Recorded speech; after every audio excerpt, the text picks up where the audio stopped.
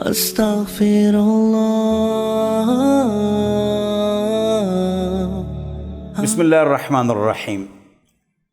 میرے پیارے بھائیوں بہنوں، اگر ہم مسلمان ہو کر نماز نہیں پڑھتے ہیں تو سوچو ہم کیا کرتے ہیں۔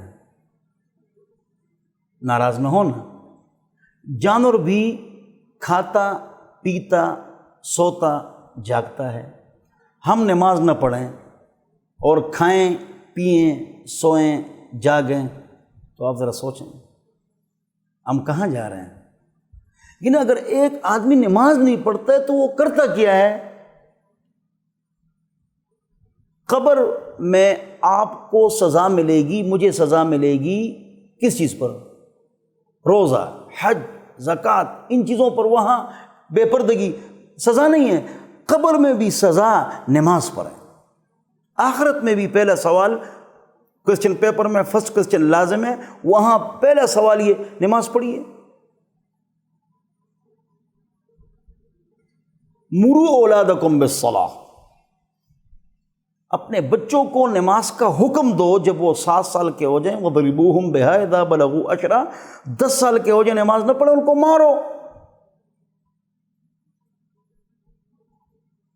مارنا چہرے پر حرام ہے، بچے کو، بیوی کو، شاگرد کو، اسٹوڈنٹ کو۔ فَلْيَتَّقِ الْوَجْهَ منع کیا حضور نے صلی اللہ علیہ وسلم۔ اور شور زیادہ مار کم، 3 تھپڑ کمر پر یا 3 مسوا کی شریعت میں مار ہے بس، باقی جو ہم کرتے ہیں سارے یہ سب گناہ کرتے ہیں۔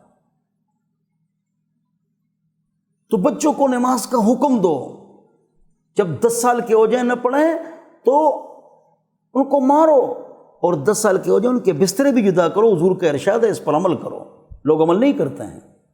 اکٹھے سونا منع ہے، بہن بھائی کا تو عام افراد کا تو پکا منع ہے۔ نماز میں سستی نہ کرو۔ حضور اکرم صلی اللہ علیہ وسلم انتقال فرما رہے ہیں، اور کیا فرما رہے ہیں؟ الصلاۃ الصلاۃ، اللہ، نماز کی پابندی کرو۔ میں جا رہا ہوں، نماز کی پابندی کرو، نماز کی پابندی کرو۔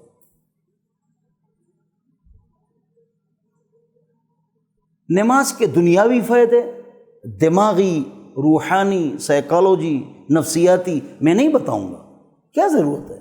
بھئی اللہ کا حکم ہے وَأَقِیمُوا الصَّلَاةَ، نماز کو قائم کرو۔ اَدُّوهَا بِحُقُوقِهَا وَفَرَائِضِهَا وَسُنَنِهَا وَآدَابِهَا وَمُسْتَحَبَّاتِهَا، اس کا خیال کرو۔ 5 وقت نماز جماعت کے ساتھ، خصوصاً فجر کی پابندی کے ساتھ۔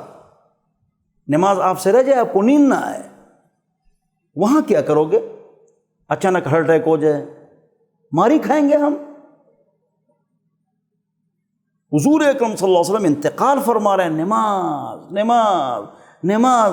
من ضیع الصلاۃ فهو لما سواها اضیع، جو نماز کو ضائع کرے گا وہ دین کے تمام شعبوں کو برباد کرے گا۔ کبھی بھی نماز میں سستی نہ کرو۔ جو قرآن حدیث ختم نبوت کو مانے سب مانتے، لہذا سب کے پیچھے نماز پڑھو، امت میں جوڑ پیدا کرو۔ اللہ ہم سب کو سمجھ عطا فرمائے۔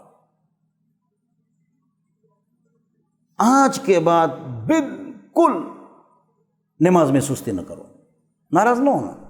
ایک بات بتا رہا ہوں، میں اور آپ مر جائیں گے، 3 دن لوگ روئیں گے۔ پرانے زمانے میں 40 دن تک ٹی وی بند ہوتا تھا، 1981-82 کی بات کر رہا ہوں، 81۔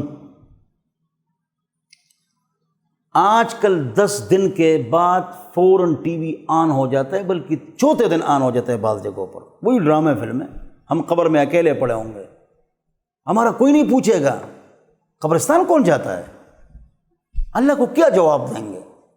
نماز میں سستی نہ کرو، نماز کی پابندی کرو، اور جب نماز پڑھو تو آہستہ پڑھو، سکون سے پڑھو، صحیح طریقے سے وضو کرو۔ جو گھر سے وضو کر کے آتا ہے اس کے ہاتھ میں گویا کہ وہ احرام باندھ کے حج کے لیے جا رہا ہے، ایک قدم پر ایک نیکی ملتی، ایک گناہ معاف ہوتا ہے۔ گھر میں وضو کرو، مسجد میں نہ کرو، مجبوری ہو تو کر لو۔ صبح کی نماز پڑھتا ہے، بازار جاتا ہے، اس کے ہاتھ میں رحمان کا جھنڈا ہوتا ہے. صبح کی نماز پڑھی نہیں ہے، بازار جا رہا ہے، اس کے ہاتھ میں شیطان کا جھنڈا ہوتا ہے. نماز میں سستی نہ کرو، نماز میں سستی نہ کرو، نماز کی پابندی کرو. یہ ابتدا ہے، یہ پہلی سیڑھی ہے. اللہ تعالیٰ مجھے اور آپ کو عمل کی توفیق عطا فرمائے. وآخر دعوانا الحمدللہ.